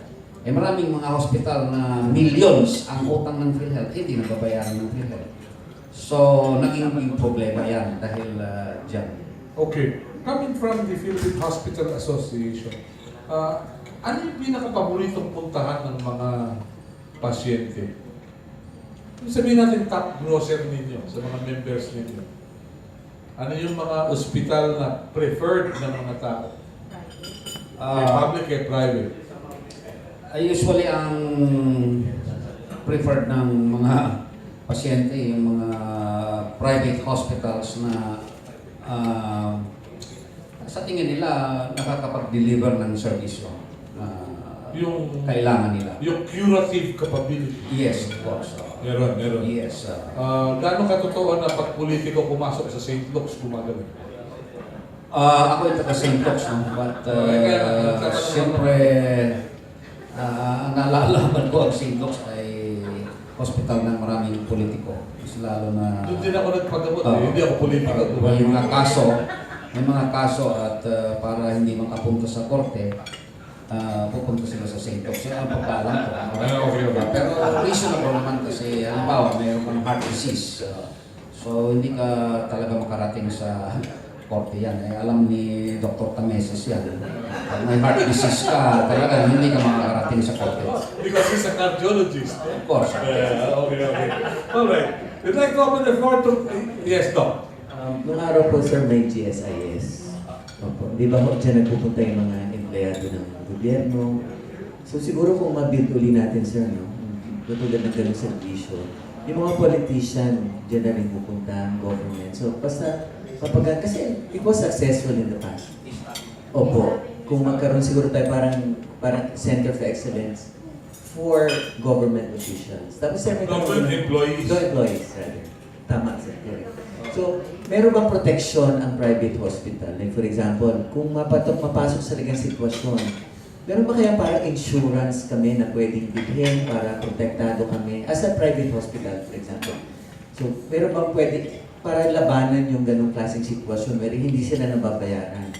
Siguro po ako magtatayo isang insurance company that would cover for those patients who cannot pay. Kasi pwede talaga maabuso, sir, di ba? Pwede maabuso kung Okay. ako dito kahit wala akong pera. Sige, dagdagan pa natin. Oo. Sige, sir. Totoo po ba na mayroong mga HMOs na balasubas? Dahil parang nakalagay doon sa emergency room kumisan, parang yung may utang sa milyaran eh. Hindi pwede maglaro, may utang. So, reimbursement ang mangyayari. May balasubas na bang HMOs? Maraming balasubas na HMO. Kaya minsan nagagaya na rin ng PhilHealth. Maraming mga private hospitals So, parang na galing sa endemic. PhilHealth. Endemic na. Yes, pagbayan na sa utang medyo mahirap eh. What can DOH do about this? Is it under you or the Insurance Commission? Is that under DOH? Well, PhilHealth is an attached agency of the Department of Health. Yes. But then definitely, this is part of their mandate naman ng Yeah. PhilHealth dito. So, but then with the private HMO, HMOs. I'm not quite sure on the process on how they get their accreditation as well.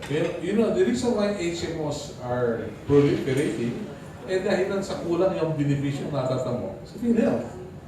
So, yun ang isang sitwasyon. Kaya siguro, we'll have to look into this. We'll set another session for that. Pero kayo po, Doctor, may karanasan ba kayo sa HMOs na hindi nababayaran? Well, ang hirap sa HMO as a practitioner, I'm now talking as a practitioner, you have to track. Monitor mo talaga bawat pasyente ng HMO ng balaw kung kailan pumasok yung cheque. And at the same time, it's also much smaller. They negotiate with the doctor to bring down the professional fee to basically, if a cardiologist would normally charge 1,000 pesos, ang gustong bayaran ng HMO is only 300. So, malaking difference, May right? ganun? That's pretty much standard. That's the negotiated rate. Now, personally, I accept that because I feel that that's important for access. Yung access ng pasyente to healthcare. So, alright, I'll take this simply because I think that the patient deserves to be able to see a specialist. Tatanggapin ko ito. Because otherwise, I won't see school teachers of Antipolo or Tanay who come to me because they have rheumatic heart disease. Alright? They would probably end up in some substandard facility. So, tinatanggap ko yung HMO niya. Okay. Right? Because I know that I can get access to this person because the HMO facilitated that contract. Okay. Right? So, for me, that's the value of the HMO. But I understand the concern of many of my colleagues na luging-lugi na kami sa oras, sa panahon, and then ang dami-dami pa niyan. So, nauubos yung oras namin looking at HMO to get such a small thing. Okay. Dapat siguro pagtuunan din natin ng pansin yan. Ako may doktor ako, cardio eh. Noong araw, 500 lang yung consultation. Pero ngayon, medyo 800 na. Kung gusto mo ng resibo, 1,000. Anyway, that's beside the point. Importante, gumagaling ako. Okay? May biruan nga eh. Sabi, unang diin ng stethoscope, 50. Tapos 50 ulit. Pag nakasampu na rito, 10 okay niya. We'd like to open the floor to our colleagues from the media. Media po muna bago yung ating mga kasama. Please identify yourself and the entity you come from. Sige po. Hi po, good morning. I'm Acuna, reporter of UNTV po. Just like to ask about the Lupus Foundation po. Ma'am, since it's a rare disease, do you have a study here in the Philippines kung ano po yung prevalence rate niya? And do you have any data here in the Philippines showing are there increasing number of diagnosed lupus cases here in the Philippines po? And can we say do we have enough access po sa universal healthcare program when it comes to treating lupus patients? Marilyn, that's for you. Excuse me, I didn't get your name. Aiko Miguel, ma'am. Aiko, ma'am. You're asking me about database. Yes. The Lupus Foundation has been existing for about 24 years, and unfortunately, there is no official database for lupus.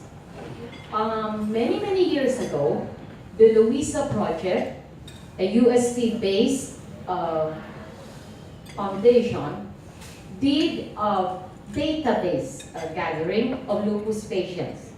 At that time, 2,000, a little over 2,000 patients were diagnosed. In 1995, when I was diagnosed, there was only 745 lupus patients known nationwide. So ngayon, medyo tumaas na yun, no? Naging 2,000. So,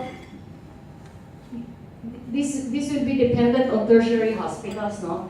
Kasi meron hospital, PGH, ganun. So it would be safe to assume that there would be about 3,000 lupus patients nationwide. By the way, the DOH is using the Luisa Project database. I think you are still referring to that, yung mga 2,000 plus. But of course, mag-i-evolve. Why is it na mag-i-evolve? Dumami yung lupus patients na diagnosed. Why? Because there are more rheumatologists in the country, and rheumatologists are now very well trained. Kaya unlike before, na pagka nakita ka na titingin ka, hindi ka kagad na-diagnose.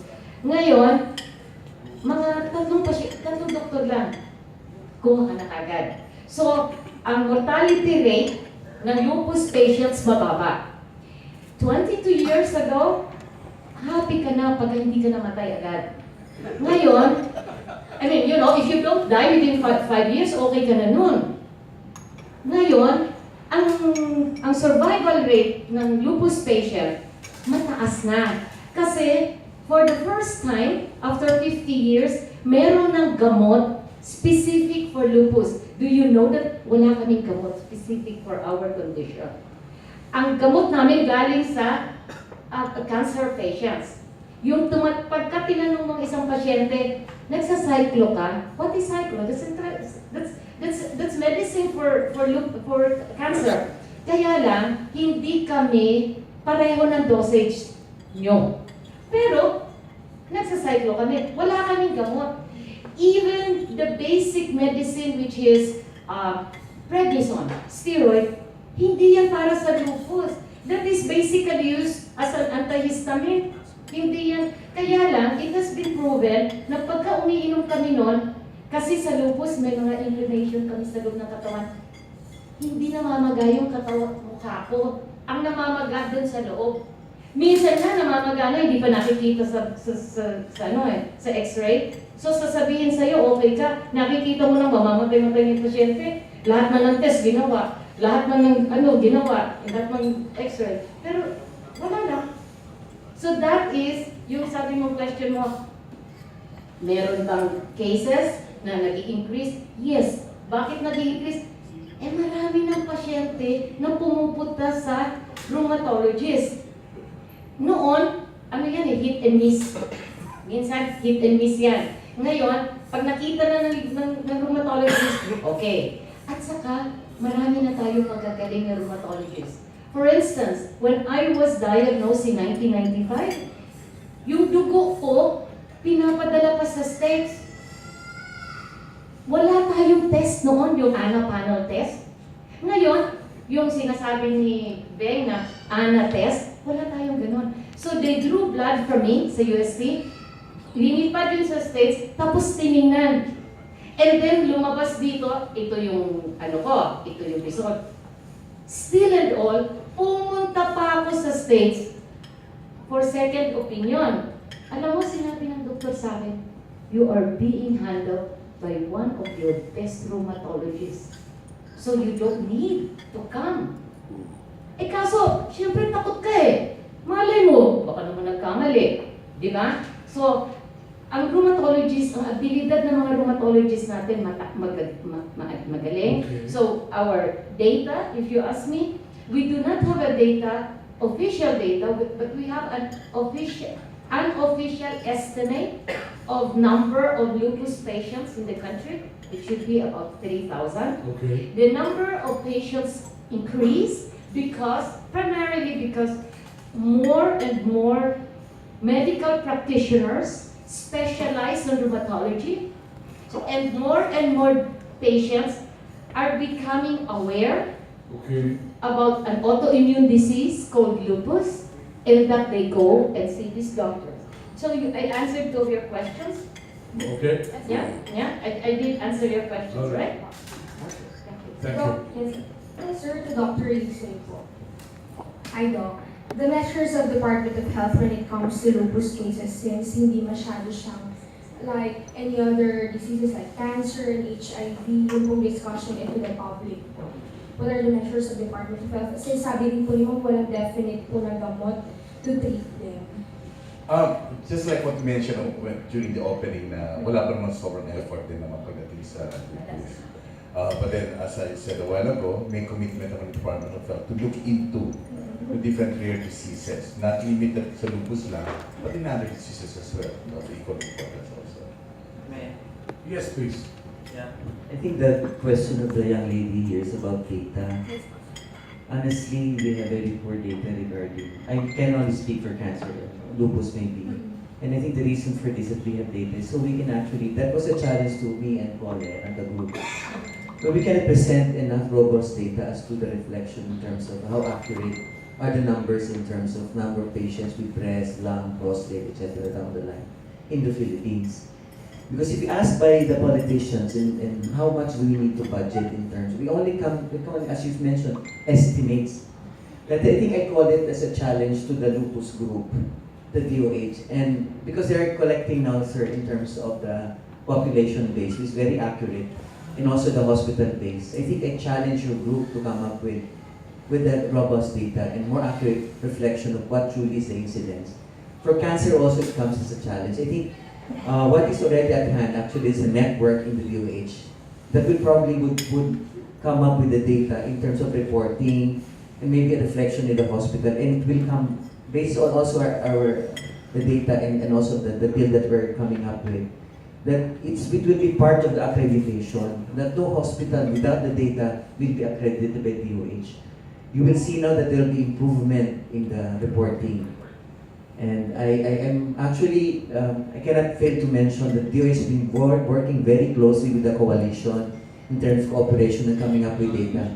We are consolidating all the data that we have, so come up with a better reflection of how we can propose to ano. Remember in the bill, we're asking about 30 billion. Okay. For the whole Philippines, sir, kulang yun. Ang isang breast cancer with no innovative drugs, 1.3 million na sa isang pasyente.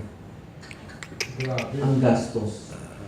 Totoo yan, sir. Kaya ngayon, with the data, we can tell you really how many patients with cancer, with lupus, with diabetes. And I think the direction is going towards that. Okay. Yes, and we already talked with the Secretary of Health about Okay. it. So. Meron tayong Philippine Hospital Association. Do you get to report to Philippine Statistics Authority kung anong kinamamatay ng mga pasyente na nasa ospital?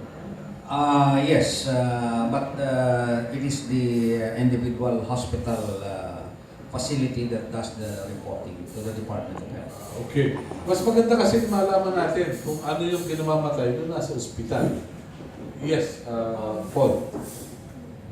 Ang concern lang kasi namin doon, usually pag namamatay, for example, for cancer patient, complication. So lumalabas sa data kung ano kung pneumonia, kasi doon siya namatay. Hindi sinasabing nagka-cancer siya. That's the reason why the registry is quite important, both population-based and hospital-based, to really identify exactly the universe. No? Okay. So yung and then mga hospitals, they just do that because nga yun naman yung talagang rason kung ano kinamatay. Unfortunately for us, for cancer, hindi kasama sa notifiable disease yung cancer. So with our hope is with the bill, isasama. Okay. Yes, Doc. There is a move. Actually, it's already in place in terms of filling up the death certificate. So to truly reflect the cause of death of the patient. And in fact, we're updated on a regular basis, headed by DOH, to come up with a better reporting. How should be filled up? So it's now improving in terms of coming up with a better reporting, true cause of death, underlying cause, and then we undergo this as physicians. Okay.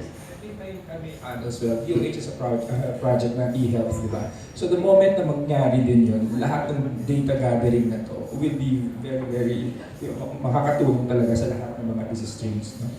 Okay. Yes, Doc. Yes, and for us to be able to have a good data gathering, currently the Department of Health is doing a series of training as well on coming out to the proper cause of death also. Okay. How to Very fill good. up the death certificate. Okay, I'd like you to react, Dr. Lisue and of course, si Dr. Olante. There was this report na meron mga nababaril na iniikot muna ng tricycle bago dalhin sa ospital. Kaya pagdating, dead on arrival.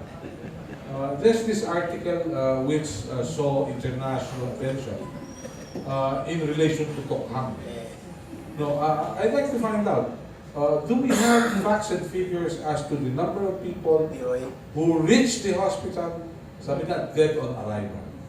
Well, we can come up with that data, pero we might be hard for us to validate yung precisely. bago dali sa hospital. So I don't think that, kasi ang responsibility po, pumasok na ng hospital, doon na papasok ang Yung responsibilidad. Pero habang iniikot ng tricycle driver, I don't think that will be part of it. Okay. Kayo po. Wala naman kaming nalaman sa PHA. I think these are allegations that have to be validated or proven by the ones who reported this. Okay. Very good. At Santos po, may tribune, sir. Kanina, para kanina. I think sa DOH yung isa eh. Tsaka yung isa sa cancer. Okay. Sir, sa DOH ako, I've been a reporter sa City of Manila, LGU. Sa may mga LGU na nag-e-effort na magtayo ng sarili nilang hospital, financed by local government. Isang makakausap mo yung mga direktor, sabihin nila, pag eto puro libre, hindi magtatagal, mauubos yung pondo ng alam po natin yan. Like in the case of Manila, 6 yan eh. Hospital Manila, okay, 6. Na hospital, each district, tinayuan ni Alfredo Lim ng eh. Now, yung existence on, pagkakausapin mo, kasi may, ang policy, libre. Professional, services, hospitalization, nutrition, lahat, pati gamot. So, meron bang counterpart ng DOH para mag-survive naman itong mga, di ba? Nag-i-effort na ito. Yung mga LGUs na, ang liliit na kailangan talaga. Parang i-adapt na ng PGs na, GGN na yun. I-adapt na ng DOH. Oo, parang at the same time, i-adapt na. Doon din yung local funding. Okay. Dagdagan ko yung problema ni Dr. Liso. Catanduanes, before the devolution, had 8 district hospitals. Tapos biglang naging local government units na, lumuluha yung gobernador. Paano po ngayon yan? Isa-isahin po natin yan. Yung pagpapatayo po ng hospital, in fact, these 8 hospitals has already been existing. Hindi bago yan, hospital sa Palo, hospital ng Lupus, hospital ng Manila. There's about within Manila. Matagal rin nandiyan yan. At patuloy naman tumatakbo din. Ang local government unit should have funded or should have included enough funds as well to sustain these hospitals. Well, let me remind you as well that we do have our counterpart din sa mga facilities dito. At pati mga hospitals din naman, kung hindi kakayanin ng mga facility, hindi mo kami magbigay ng pinansyal na ano sa ospital na ito. May mga ospital din naman kami within the area na pwede naman puntahan din mga pasyente kung dala ng pasyente. Nung magkaroon ng devolution ng local government code, kasama dito yung paglipat din ng pondo sa local government unit. Yung pagpapatakbo ng kanilang, kasi health is actually devolved. Kung tingnan natin, ang pagpapatakbo ng mga hospital ng LGU, ay LGU yan.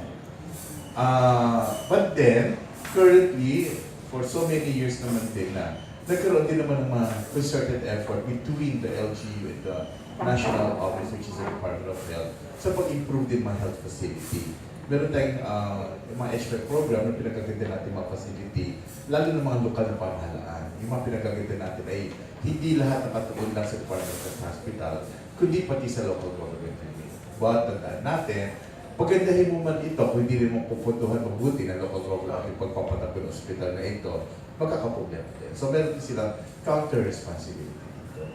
Kasi yung i-cater naman nila talagang sa servisyo nila, yung mga tao within their localities naman na dapat lang naman ang pagpapalagay. Doctor, would DOH be transparent as to how much money ang nailipat, let's say, sa Maynila for the upkeep of these hospitals? Naku, at tagal na po nung nagano yung local government Oh, ko. yeah, Pero, precisely. but then, I'm sure meron yan datos kumakain na ito niya. But then, ang problema lang kasi nagkaroon ng problema na eventually, since nailipat na yan sa kaban nila, lalo na kung mga nakaupo, hindi ko masasabi noon, hindi nakaupo noon, through time, maaaring nagkaroon na rin naman na iba-ibang prioridad din yung nakaupo. Dahil pag pumasok sa kanilang pondo, pwede na nilang ilaan. Yun ang problema. At hindi po sa Department of Health. Thank you. Kasi minsan, yung nangyayari nga, pag hindi priority nung pumalit na mayor yung healthcare, sa sacrifice, minsan, sinisemi-privatize na. Sinisingil na yung dating hindi sinisingil na nagtataka. Yun po ang sinasabi ng mga hospital officials, hindi kaya ng city government yung pondo. Well, ganito po yan. May mga hospital din naman kami, ang Department of Health, na lalo na kung pinag-usapan natin Manila, we do have quite a number of national hospitals. Sa Manila, na pwede na, kasi ilang binigay ko example, na pwede na puntahan. Naiintindihan din naman namin, halimbawa sa mga private facility, kung bakit kanina medyo may resistensya dun sa mga pagbayad. Dala lang ang nagpapatakbo naman dito rin, kahit semi-private, dala lang ang magpapatakbo naman ng mga facility na ito, sweldo ng mga tao, sweldo ng mga private hospital, would be coming for the earnings of the hospitals. Kami sa national government, hindi namin problema ang deposit, dala lang may pondo namang inilalaan ng Department of Health para patuloy itong mga hospital na ito. May magbayad o walang pasyente, may sweldo. May pondo. Hanggang janitor may sweldo tatanggapin. Dala lang, may pondo ibinibigay ang national government. Sa private hospital, walang gano'n. Ang kikita, hindi mo pwedeng pasweldo na pag ni Sir Melo kanina ang promissory no. Hindi mo na pwedeng ibigay kay janitor na ito po muna ang sweldo niyo ang promissory no. Na pag-uwi ni tatay sa bahay niya, anak, hatiin natin sa apat itong promissory no. So, Nagdalo mo sa tindahan. naiintindihan din naman namin yung aspekto niya. Kung kaya't kami sa Department of Health being just to counteract itong mga nangyayari ito, we make sure na yung mga facilities namin are ready as well to accept yung mga pasyente hindi kinakaya ng mga private facilities. Good. Yung second question po sa cancer naman kasi na-experience namin yung sa pamilya. Iba na kami, parang lahat kami bagsak na yung moral. Ang ano po, unang-una yung pera. Alam natin yung chemo, tsaka mahabang panahon na parang lang ma-extend yung buhay. Doon po ba sa party ng ano, meron po bang prevention before? I mean, kunwari, na-diagnose lang na may parang bukol ng konti. Tapos after biopsy, sinabi, stage 4 ka na. Wala po bang immediate na pwedeng anayin natin na na-lesen o... Para malaman kagad. Okay. Ano ba talaga yung isang bira na para sa kagad? Ganun. Standard. Fast track. Tinutukoy niyo po ba pag yung diagnosis po ba o yung treatment na? Yung Kasi remember, if kung titignan tignan muna natin po yung, una siyempre, yung level of prevention, di ba? Early diagnosis, kung Wala nasuspetsa, Hindi na may- nagmamanifest eh. madalas, yung karanasan niyo po ba nung may pasyente kayo na ganyan, ikaagad stage 4 na Oo, siya. pero yun lang siya na tinignan dito. Pwede po mangyari yun kasi po maaring ang primary niya pwede sa colon, cell lang, tapos may kulanit lang siya Oo, dito. kulanit nga lang. Or nasopharyngeal, tapos may kulanit lang dito. Pero the fact that meron siyang kulanit na kinalatan ng tumor, stage 3 na siya. Pag meron po sa brain, stage 4, or sa liver, kumalat sa lung, stage 4. Or rectal, kumalat sa lung, stage 4 pa rin yun. May mga ganong sitwasyon po eh. Ang ina-emphasize lang po namin, kung sa prevention po, number 1, of course, kasama ng early detection. Sa breast, madali po eh. Pag nakapa mo na may bukol, pa-mammogram ka, pa-ultrasound, so may biopsy kailangan gawin. Ang lung cancer po, malungkot eh. Kadalasan po, pag na-diagnose sila, stage 3 na sila eh. Minsan napipick up lang po sa ordinary x-ray. Ngayon po, merong parang low dose na CT scan. Hindi masyadong mataas yung radiation. Nakikita na may lung cancer sila. Pero just the same, ang prognosis po nun very poor. Ngayon, nabanggit niyo po sa treatment, kung meron bang one shot lang na pwede, wala pong ganun sir. Wala pa. Matagal pong gamutan talaga. Ang leukemia lang, alam to ni Paul, ang pinagdaanan ng anak niya, siguro maybe 2 years ginagamot ang leukemia. Ang mga colon cancer po, combine po yan, kaya hindi ko pwedeng overemphasize ang kailangan po ng maraming disiplina sa paggagamot. Number 1 is the diagnosis. Biopsy is very important. May mga markers o blood test. Nakita ng espesyalista. Dito sa blood test na to, makikita ko na may anong urin cancer meron ka. Blood test. Pero nagsuspecha muna. Halimbawa ho, may ovarian cancer, makikita sa blood test na meron siyang elevated tumor markers. Ganon din naman sa ibang mga tumors. Okay? Sa colon, pwede makita. Pag pina-examine yung dumi, meron tinatawag na fecal occult blood. Tapos nagsuspecha ka, positive, silipin mo na kagad. May mga facilities kami sa amin. We make sure na meron ng mga scope na pwede gawin, ma-detect kagad ang colon cancer, pati ma-detect ang stomach cancer. Ang brain cancer, mahirap po eh. Kasi sakit ng ulo, nasusuka, unstable ang paglakad ng pasyente. Kaya makita mo na lang pag CT scan mo yung palang may brain cancer siya. Pero yung element of suspicion ng doktor, very important. Yung bang brain cancer sa matatalino lang o yung slightly used ng brain? Hindi po, kita niyo po ako wala akong brain cancer, hindi man ako matalino. O nga, nabaliktad. Anyway, so hindi po totoo yun. Hindi po totoo Okay. yun, parang ng matalino Hindi lang. kasing slightly used yung utak, wala sintomas. Ngayon, ang di nagamot na siya, ang iniiwasan po natin magkaroon ng relapse or recurrence or metastatic. Kasi minsan, ang nakakatakot po sa breast cancer, kahit magaling na sila, magaling na po ang pasyente. Bawa, nagamot, stage 2, stage 3, ginamot. Minsan nagre-recur sila after 10, 20 years. Nagre-recur po sila. So, kailangan po talaga may surveillance. Nagpapacheck up sa doktor. So, isang mahabang po yan, spectrum. Pero kaya nga gusto namin to in place kasi kasama po dyan from diagnosis, preventive po kasama sa proposal talaga, kasama yan, pati kasama rin yan sa gustong ma-achieve ng DOH. Preventive aspects, curative aspects, and then what if kung hindi nagagaling, nandiyan naman po yung palliative, supportive care, pain management. Yung buong spectrum po niyan, pati pamilya kasama naman, kaya po nakasulat sa aming bill, family-centered ang care. Katulad niyo po, kung pamilya apektado. Family-centered. Saan kayo makita ng bill na ganyan? Family-centered ang care ng cancer. Nasagot po ba ang katanungan? Maraming salamat po sa tanong. Gusto ko lang idagdag siguro, dun sa panukalang batas na nakasalang sa Kongreso ngayon, ang pinaka-mensahe nun is, investing in health is a good investment. No? Kasi ang pinaka-mangyayari dyan, tulad na nabanggit ni Doc, buong journey ng isang cancer ay binigyan pansin. So mula nung early detection hanggang survivorship. At ang malaking bahagi doon is yung tinatawag namin screening, na kung saan, kung bigyan natin ng pansin ng screening, malaking tipid sa health system ang mangyayari. Bilyon ang masasave natin kung sakaling may proper screening, lalo na yung mga preventable cancers. No? So, yun yung pinupush namin, nabigyan pansin yung agarang pagtingin ng mga tao para lang magkaroon sila ng screening. At malaking ginhawa yun pagdating sa pera kasi naagapan mo ng maaga. Okay, Dr. Lisuy, I came across an article, sabi sa Amerika raw, yung opioid addiction has become a national health emergency. Now, doctors are accused of over-prescribing the dangerous painkillers being brought to justice. One doctor was sentenced to imprisonment for 20 years. How do you look at this? Well, we do not have enough information if there is an opioid abuse here in the Philippines, but then suffice it to say that the medicines that are labeled as opioid are medicines that are not easily brought over the counter also. Kailangan talaga na reseta yan. Ang magiging problema yun, tulad ng bagit nyo, is yung mga doctors na nag-aabuso para nabigay sa pasyente. Yung mga may yellow prescription? Yes. Kasi may mga yellow prescription. Lalo yung mga pain doctors naman tayo na nag-handle dito. But we have not come across any concern regarding abuse of opioid. Mabuti po kung gano'n. Dahil kumisan kasi, gaya-gaya raw yung Pilipinas sa Amerika. Okay. Pati abuso, ginagaya. Dr. Beaver, ano yung pinakamabiling gamot so far sa Pilipinas?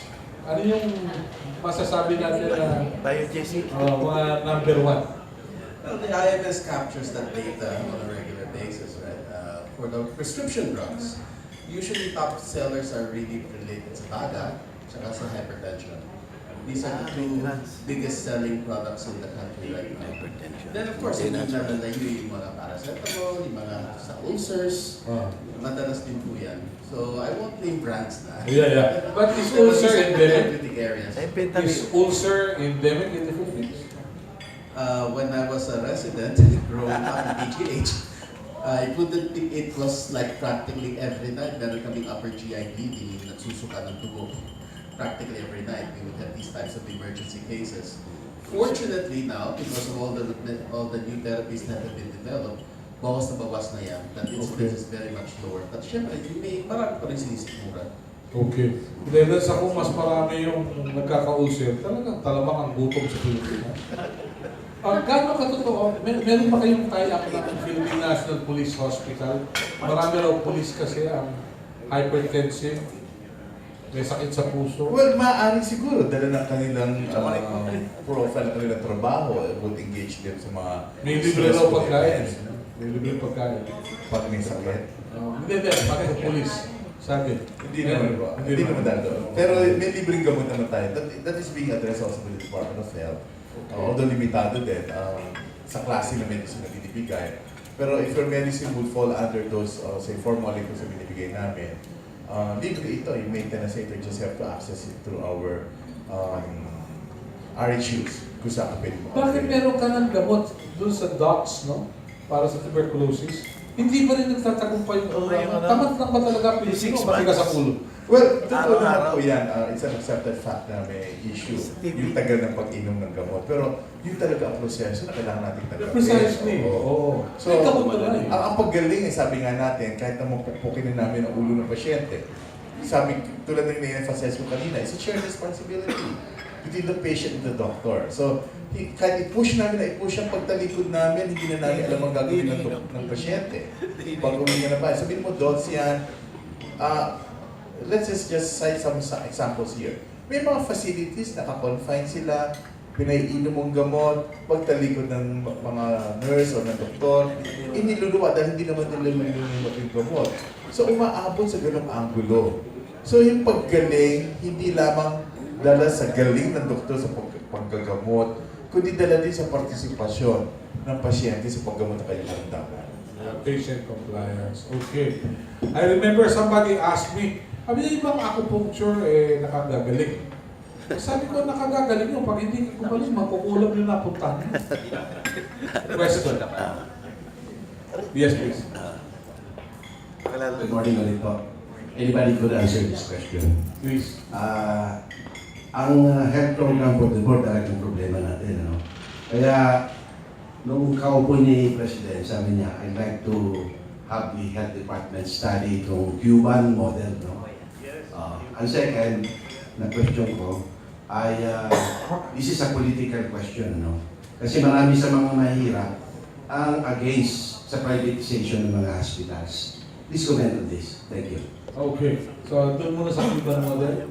How effective is the Cuban model? Well, the Cuban government has a very good program as far as the health sector is concerned.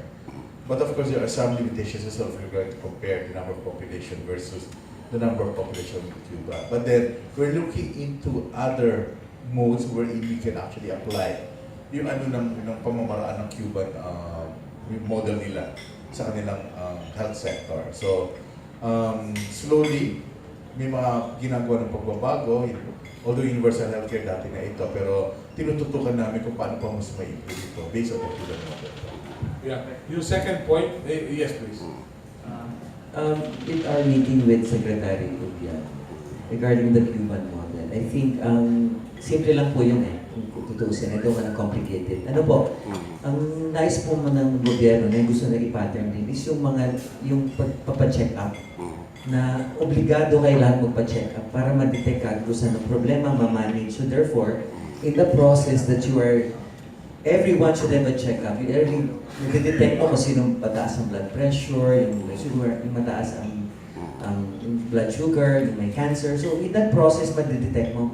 Like what Paula said, if you can diagnose them early, preventive measures are given, and then treatment is given early. So bababa talaga mortality natin as far as the health sector. Okay. So pero everybody has to undergo that. And the government is going to invest in that. Because they're going to put our money, our taxes, go there to prevent this, most especially for us. Okay. Yes, please. You remember when we had dinner with Secretary of Yal? Yes, it's supposed to be a private dinner. Ah yes, that was supposed to be a private dinner. Anyway, Doctor, noon ko lang nalaman na nationwide, the Department of Health has already initiated initial check-ups per ano yan per barangay, yung incredible that we do not know. Ordinary people don't even know na meron na pala na-initiate na move ng Department of Health. Lahat ng mga tao nagkaroon na ng screening kung sino ang may kung hypertensive. I remember distinctly, we were all amazed. Meron na pala nagawa na gano'n ng Department of Health. Nationwide, nationwide, right? And this was never printed. This never saw print, right? And I think we should go into education campaign, informing people na nationwide ang Department of Health nagkaroon na ng mga screening. And this screening is really very good because now people are more aware na, meron ka palang mataas ang sakit, ang probability mo sa ganung sakit, things like that. It's just that hindi lang siya nasulat. Okay. All right. More questions? We have 2 questions lang. Only 2. 1 and 2. Okay. RP Castro po, TUBERCULOSIS. May update po kami, information from Cuban model, actually referring to this also therapy. And it was already presented to Secretary Opial 3 months ago by one Filipino representative. And of course, we need to update that recent visit of President Duterte in Russia, the same reference, that is the ozone therapy being applied in Russia. And I think we have received already the so-called hyperbaric for the AFP soldiers hospital, the hyperbaric, the ozone, the big ozone, that's it, donated by private citizen. Okay, and that's one. Second point, with the budget of the Department of Health, how far have you excised a portion for the educational campaign? Because we observed we have 2 radio stations that could maximize this massive educational campaign on health priority. But incidentally, it's the private commercial station catering to food supplemental doctors. Okay. Those are very valid points. Thank you. Next, sige po, masasagot natin sa kanila by way of closing statements. Yes, please. Sa mga katanungan na mga bisita, salamat kayo. Sorry. Naglalagay ko sa Vancouver noong nakaraang taon. nag-research ako sa mga pharmacist doon, napansin ko yung mga food supplements na classified as medicine. Sa kanila. Tama. So, nakita ko rin yung mga Canadian, parang mas malusog kaysa sa atin. So, yun lang o, yun yung gusto kong ipunto. Kasi mukhang nag-dwell lang tayo, what is available to us, especially yung policy natin sa screening, diagnosis only. But there are a lot of lack of information regarding the medical protocol being used now, especially in conventional medicine. Kasi in the world today, it's natural and conventional medicine. And there is a bridge to homotoxicology. I want to know if you know about this practice of medicine. Okay. Any doctors can answer. Okay. And then siguro dagdag ko na yung privatization ng hospital na ni-raise kanina. I guess it's very important. Doctors, please. Sige. Then yun muna mga tanong na concerns nila. Okay, yung sa keyword model definitely, hindi naman nalilimit na lang sa very specific na modalities na ginagamit tulad sa ozone therapy or modalities. But then we're looking into the keyword model in its entirety kung paano talaga makapag-provide ng service sa the bigger population, which is the entire Philippines. Yung pangalawa po, although Canada naman ang may issue doon regarding sa medicine nila, being classified as gamot yung kanila supplementary medicine, but then it's totally different naman in the Philippines. Supplements will be classified as supplements and medicines will be classified as medicines as well. Yung privatization, while we do want to continue our providing services for free to the Filipinos, but then there will be some facilities there that we would want them to run on their own and have their own income as well. Sa gayon yung iba pa ang kailangan nila. As they go on, kasi nagbabago naman yan sa kalagitnaan ng taon, maaaring dumami bilang pasyente, may ibang kailangan bigyan ng atensyon. With very good policies or guidelines on how to address the needs of the patients, I guess the privatization may not be an issue to certain hospitals. But then definitely the Department of Health will continue providing with our facility services for free. Lalo sa mga tao hindi nakakaya na magbayad ng mga servisyo namin. Okay. All right. Anything more? Nothing. Toxicology. Yes, please. Regarding the privatization, this was a pet project of the past Secretary of Health during the time of Secretary Ona. But the presently, parang hindi naman yun ang primary concern ngayon yung privatization. I don't know if it will be revived, but that was an issue that was brought before. But now, we'll see what the Secretary of Health will do about it. Okay. Provided she gets confirmed. That is not qualitative, yeah. And you can have all division if some people in Congress don't want your face, then wala ka. Goodbye, yellow brick road. But anyway, I'd like to thank our colleagues who took time out to be with us this holiday. Siguro, I'd like to thank our colleagues from the media who took time out as well. It's another wonderful discussion. How I wish we had more time, but anyway, we served breakfast, kaya tumagal tayo ng ganito. Thank you very much to all our guests. Maraming salamat po. Hanggang sa ulitin. Thank you.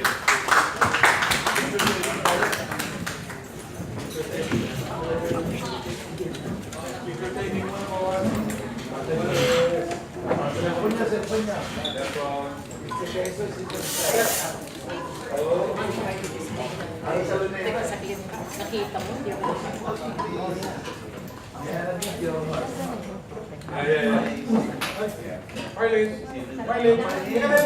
Si Marilyn.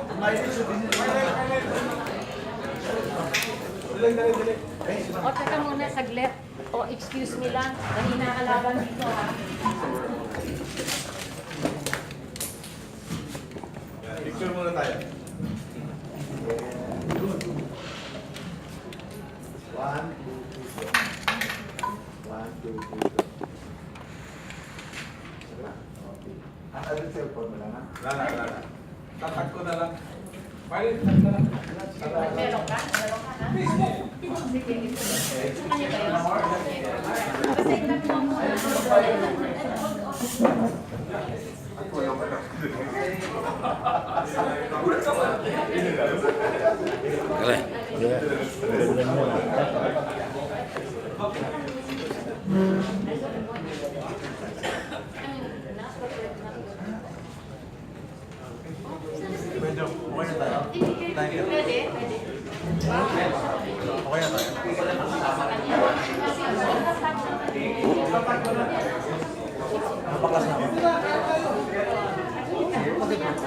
Interview ka ba? Uwi na tayo.